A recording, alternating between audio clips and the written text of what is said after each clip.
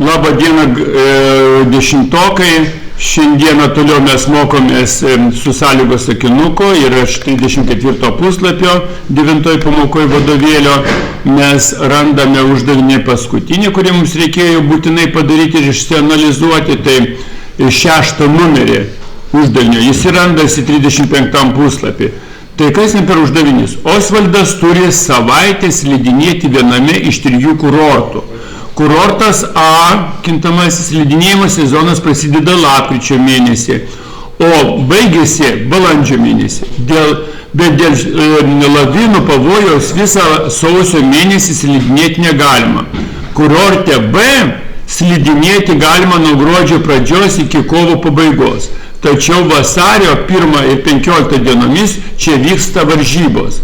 Kurorte C slidininkai laukiami nuo lapkričio pradžios iki gegužės pabaigos.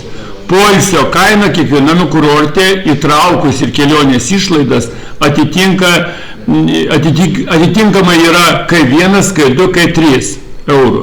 Žinodami atostogų pradžios datą, mėnesį, kintamasis M ir dieną, kintamasis D, nustatykite, ar Osvaldas galės atostogauti bent viename kurorte. Jeigu taip, tai kurį kurortą jam rinktis, kad išleistų mažiausiai pinigų. Na, iš čia duota pasitikrinti. Ne? Na ir pažiūrėkime, kaip dabar programa veikia. Aš jam surinkęs ją esu. Tai panaudojau tą universalią biblioteką, BITS, va čia rodau, BITS biblioteka, kuri visais atvejais su matematika, su išoriniais failais, su visko dirba. Ja vieną parašai, rami galva. Using namespace STD panaudoju, kad nereikėtų rašyti STD galūnių prie visų ten CO, CIN ir taip toliau.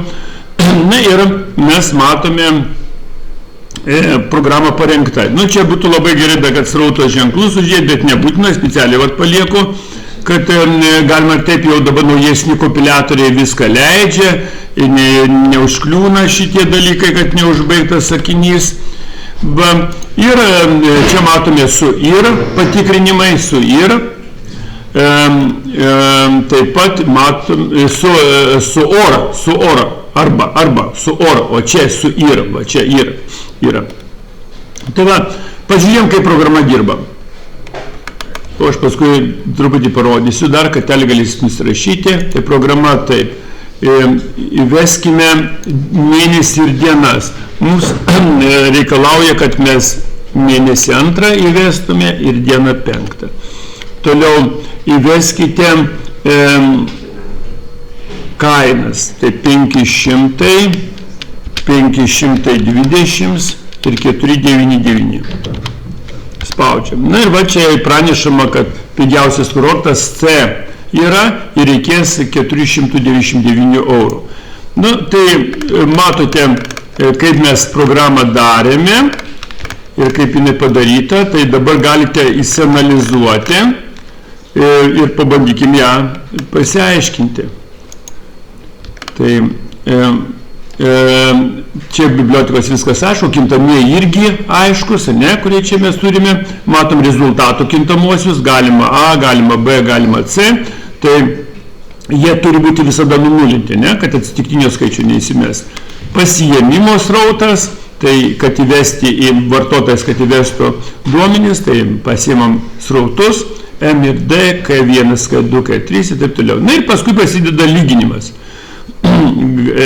Matome mėnesio lyginimas, mėnesio lyginimai, taip pat kainų lyginimas bus taip pat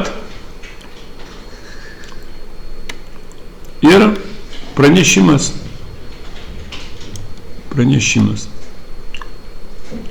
Štai va. Tai manau, kad čia viskas jums labai gerai išaiškinta. Jūs galite dar pasižiūrėti nuodugniau. Aš čia sumažinsiu, kad jūs pilną vaizdą matytumėt. Va, kažkur tai taip, ne? Tai va, nuo pat pradžių rodau. Tai įvedimo srautai, sąlygos sakinuko tikrinimo srautai ir išvedimas išvedimas į ekraną. Tai ačiū, kad žiūrėjote, iki kitų kartų.